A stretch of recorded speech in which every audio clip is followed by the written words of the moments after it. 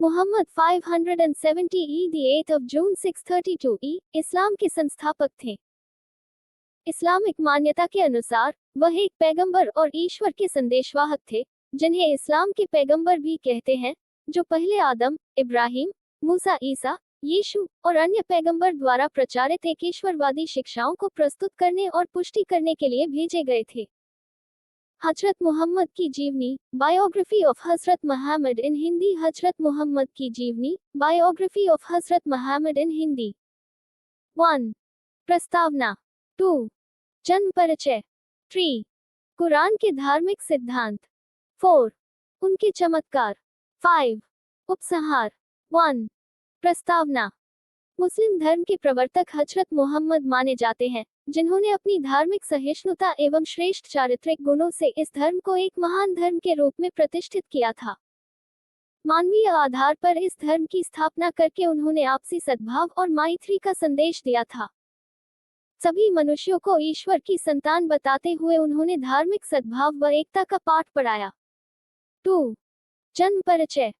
उनका जन्म व मृत्यु 571 to 632 ईसा के बीच मानी जाती है। अरब देश के काबा नामक शहर में हजरत मोहम्मद साहब का जन्म हुआ था। उनके पिता हजरत अब्दुल्ला और माता बीबी आमना थी। ये लोग कुरैश नाम के घरानों से थे। जब वे 2 महीने के थे, तो उनके पिता का देहावसान हो गया था और उनकी माता भी कुछ ही दिनों में चल बसी थी। उनका लालन पालन दादा हजरत अब्दुल मुत्तलिक ने किया। कुछ दिनों बाद उनका भी इंतकाल हो गया। अपने इंतकाल से पहले मोहम्मद साहब की जिम्मेदारी उनके चाचा अबू तालिब को सौंप दी, जिन्होंने बड़े ही प्रेम और चाव से उनकी देखभाल की। बचपन से ही हजरत गंभीर स्वभाव के, कम तथा मीठा बोलने वाले थे, जबकि अरब के लोग दगाफरेब, झूठ बोलने में अपना जीवन बिताते थे। उनकी सच्चाई को देखकर लोग उन्हें अल-अमीन, अर्थात सच्चा ईमानदार अथवा सत्यव्रती कहते थे। बचपन से उनमें संतों के समकक्ष गुण थे। उनके समय में अरब में स्त्रियों पर विभिन्न प्रकार के अत्याचार हो रहे थे। झूठ, फरेब, आतंक का बोलबाला था। लोग अंधविश्वासों में डूबे हुए थे।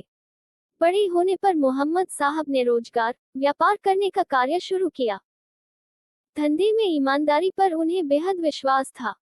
उनकी मेहनत और ईमानदारी की प्रशंसा इतनी फैली कि बीबी खदीजा नामक महिला ने उनको शिराज भेजा। वे तिजारत करने के लिए बाहर गए। व्यापार में उनको काफी लाभ हुआ। फिर वे मक्का आ गए। उनकी ईमानदारी से प्रभावित होकर बीबी खदीजा ने उनके सामने विवाह का प्रस्ताव रखा। उनका लालन पालन दादा हजरत अब्दुल मुत्तलिक ने किया। कुछ दिनों बाद उनका भी इंतकाल हो गया। अपने इंतकाल से पहले मोहम्मद साहब की जिम्मेदारी उनके चाचा अबू तालिब को सौंप दी, जिन्होंने बड़े ही प्रेम और चाव से उनकी देखभाल की। बचपन से ही हजरत गंभीर स्वभाव के, कम तथा मीठा बोलने वाले थे, जबकि अरब के लोग दगाफरेब, झूठ बोलने में अपना जीवन बिताते थे। उनकी सच्चाई को देखकर लोग उन्हें अल-अमीन, अर्थात सच्चा ईमानदार अथवा सत्यव्रती कहते थे। बचपन से उनमें संतों के समकक्ष गुण थे। उनके समय में अरब में स्त्रियों पर विभिन्न प्रकार के अत्याचार हो रहे थे। झूठ, फरेब, आतंक का बोलबाला था। लोग अंधविश्वासों में डूबे हुए थे। बड़े होने पर मोहम्मद साहब ने रोजगार, व्यापार करने का कार्य शुरू किया। धंधे में ईमानदारी पर उन्हें बेहद विश्वास था। उनकी मेहनत और ईमानदारी की प्रशंसा इतनी फैली कि बीबी खदीजा नामक महिला ने उनको शिराज भेजा। वे तिजारत करने के लिए बाहर गए। व्यापार में उनको काफी लाभ हुआ। फिर वे मक्का आ गए। उनकी ईमानदारी से प्रभावित होकर बीबी खदीजा ने उनके सामने विवाह का प्रस्ताव रखा। उनकी अवस्था 24 वर्ष थी तथा बीबी खदीजा उनसे काफी बड़ी थी। सुंदर आदर्श विवाहित जीवन निभाते हुए उनके 3 लड़के और 4 कियां हुई। हजरत मोहम्मद अपने घर परिवार के लोगों तथा नौकरों के साथ भी बहुत नरमी का व्यवहार रखते थे। सादा भोजन, सादे कपड़े और अपना काम खुद करना तथा साफ सफाई रखना उनके स्वभाव में शामिल था। सांसारिक जीवन जीते हुए भी वे ये सोचा करते थे कि लोगों को बुराई के रास्ते से कैसे हटाया जाए। कभी कभी रेगिस्तान के एकांत में घंटों बैठे इस विषय पर गहन चिंतन किया करते थे। उस समय वे खाने पीने की सुध भी भूल बैठते थे। रेगिस्तान में गारे हरा नामक एक खोह थी। वहां अक्सर वे ध्यान लगाते थे। एक दिन गाहे हरा में ध्यानमग्न अवस्था में खुदा के एक फरिश्ते ने दिव्य रूप धारण करके उनके समक्ष कहा, ले पढ़ अपने पालन करने वाले खुदा के नाम से। तब फरिश्ते ने उन्हें सीने से लगाया, तो उन्होंने फरिश्ते द्वारा कही गई सभी आयतें सही सही दोहरा दी। तू ही खुदा का पैगंबर है, जा खुदा की एकता की बातें बता। इस तरह अनपढ़ पैगंबर हजरत मोहम्मद ने अल्लाह के हुक्म से फरिश्ते जबरील के द्वारा दिए गए संदेश को सातवें स्वर्ग से लाकर वर्तमान रूप में लोगों को सुनाया। मोहम्मद साहब ने जो संदेश लोगों को सुनाया, उसका उन्हें काफी विरोध सहना पड़ा। अल्लाह से धर्म के प्रचार का आदेश मिला था। मक्का में उन्होंने ये संदेश जनता में दिया। इस संदेश को सुनकर जनता ने तो उन्हें अपना पैगंबर मान लिया, किंतु कुरैशी के लोग ईर्ष्या करने लगे। विरोध इतना बड़ा कि मोहम्मद साहब को मदीने की ओर प्रस्थान करना पड़ा। मक्का से मदीना तक की यात्रा की यह घटना 6-20-8-22 को हुई। उनके 2 पुत्र और 4 पुत्रियां विरोधियों से संघर्ष में मारे गए। उस रेगिस्तान की भरी गर्मी में अंतिम लड़ाई में उनका एक बेटा और एक बेटी फातिमा ही बच पाईं। भूखे प्यासे बच्चों के लिए बार बार पानी मांगने पर भी लोगों ने उन्हें पानी नहीं दिया। बेटी फातिमा वहां शहीद हो गई। अपने बेटे की कुर्बानी के समय उन्होंने कहा, ऐ मेरे बच्चे, मैं ख्वाब देख रहा हूँ और तुम्हें जबल कर रहा हूँ। तुम्हारी क्या राय है? अल्लाह ने चाहा तो मुझे सब्र करने वालों में ही पाएगा। बाप ने बेटे को माथे के बल लिटाया। ये परीक्षा खुदा ने पैगंबर मोहम्मद की ली थी। इब्राहिम ने अपने बच्चों को जबल करने के लिए छुरी चलाई थी, किंतु कुछ ऐसा हुआ कि वहां एक बकरा था जो उनके बेटे की जगह खड़ा था। आकाशवाणी हुई कि तुम मेरी परीक्षा में सफल हुए। इस तरह इस्लाम धर्म का प्रचार करते हुए उन्हें बहुत से अत्याचार भी झेलने पड़े। जैसे जैसे मुसलमानों की जमात बढ़ती गई, वैसे वैसे उनके खिलाफ जुल्म बढ़ता गया। लोगों ने उनके रास्ते में कांटे बिछाए, बुरी बुरी गालियां दी, सिर पर कूड़ा करकट फेंक दिया।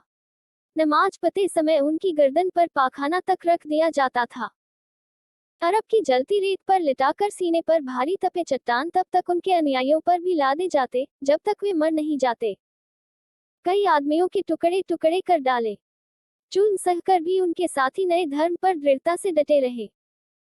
हज के समय जब वे इस्लाम का उपदेश सुनाकर मक्का जा रहे थे, तो दुश्मन उनको मारने की फिराक में थे।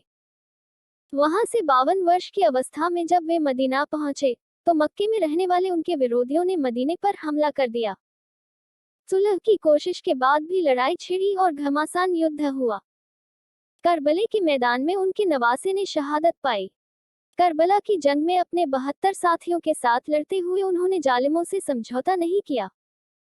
6 माह का मासूम असगर हजरत अब्बास, कासिम आदि न जाने कितने जानिशा इस्लाम के लिए कुर्बान हुए। इस तरह अल्लाह के घर काबा का निर्माण हुआ।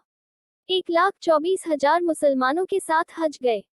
काबा के लोगों ने भी हार मानकर इस्लाम कबूल कर लिया। इस तरह अरब में मुसलमान धर्म की ज्योति जगमगा उठी। 63 वर्ष की उम्र में मक्के का आखिरी हज करते हुए वे सख्त बीमार हो गए, किंतु नमाज अदा करनी नहीं छोड़ी। मरते समय एक आदमी के 3 दिरहम पैसे चुकाना नहीं भूले। 3. कुरान के धार्मिक सिद्धांत। इस्लाम धर्म की मुख्य किताब कुरान पाक है।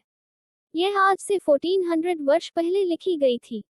इसमें इस्लाम धर्म के सिद्धांतों का व्यवहारिक रूप पता चलता है। अरबी, फारसी, उर्दू, हिंदी, अंग्रेजी, जर्मन, फ्रेंच आदि भाषाओं में इसका अनुवाद किया गया है।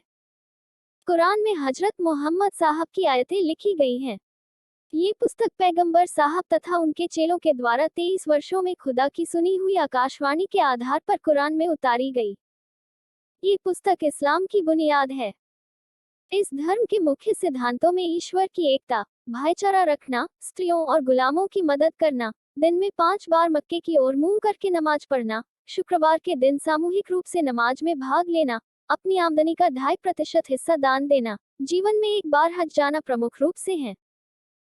मुस्लिम धर्म के सिद्धांतों में खुदा को एक मानते हुए सभी पैगंबरों को एक मानना, हजरत मोहम्मद को आखिरी पैगंबर मानना प्रमुख है। इस्लाम धर्म का सार है खुदा या ईश्वर की मर्जी पर अपने आप को समर्पित कर देना। 4. हजरत मोहम्मद साहब के चमत्कार। मोहम्मद साहब ने अपने जीवन में बहुत से चमत्कार किए, जिसमें उन्होंने बुराई को अच्छाई में परिणत कर दिया था। इस प्रकार उन्होंने एक दुष्ट महिला का हृदय परिवर्तन किया। जब हजरत मोहम्मद साहब उसके घर के पास से होकर नित्य गुजरते थे, तब वह महिला उनके सिर पर कूड़ा करकट फेंक देती थी। एक बार जब वे वहां से गुजरे, तो उनके सिर पर कूड़ा करकट नहीं गिरा। ऐसे में हजरत साहब ये सोचने लगे कि आखिर बात क्या है। उन्हें बुढ़िया की बीमारी के बारे में पता चला, तो वे उसकी खैर खबर पता करने उसके घर गए।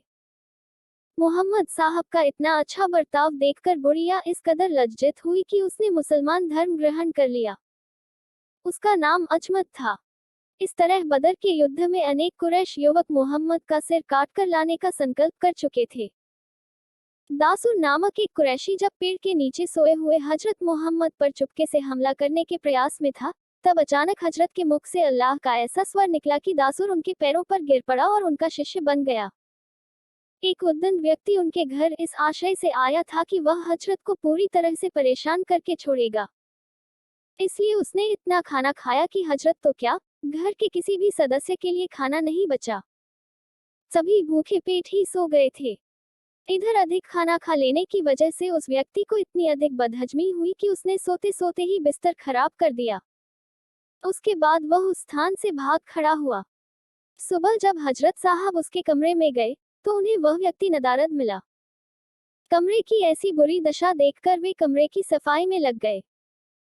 वह युवक अपनी तलवार लेने जब वापस आया, तो हजरत साहब को अपनी गंदगी साफ करते पाया। उनके चेहरे पर जरा सी शिकन तक नहीं थी।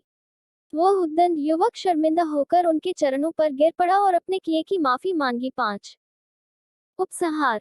इस्लाम धर्म विश्व के कोने कोने में फैला हुआ है। इस धर्म के अनुयायी हमारे देश में भी काफी संख्या में हैं। मुसलमानों में राजपूत तथा पंजाब और राजस्थान की कुछ जातियां भी हैं, जो इस बात का प्रतीक है कि इस धर्म के कुछ शासकों ने सामूहिक रूप से बलपूर्वक धर्म परिवर्तन करवाया था। हिंदू और इस्लाम हमारी भारतीय संस्कृति में इस तरह रच बस गए हैं कि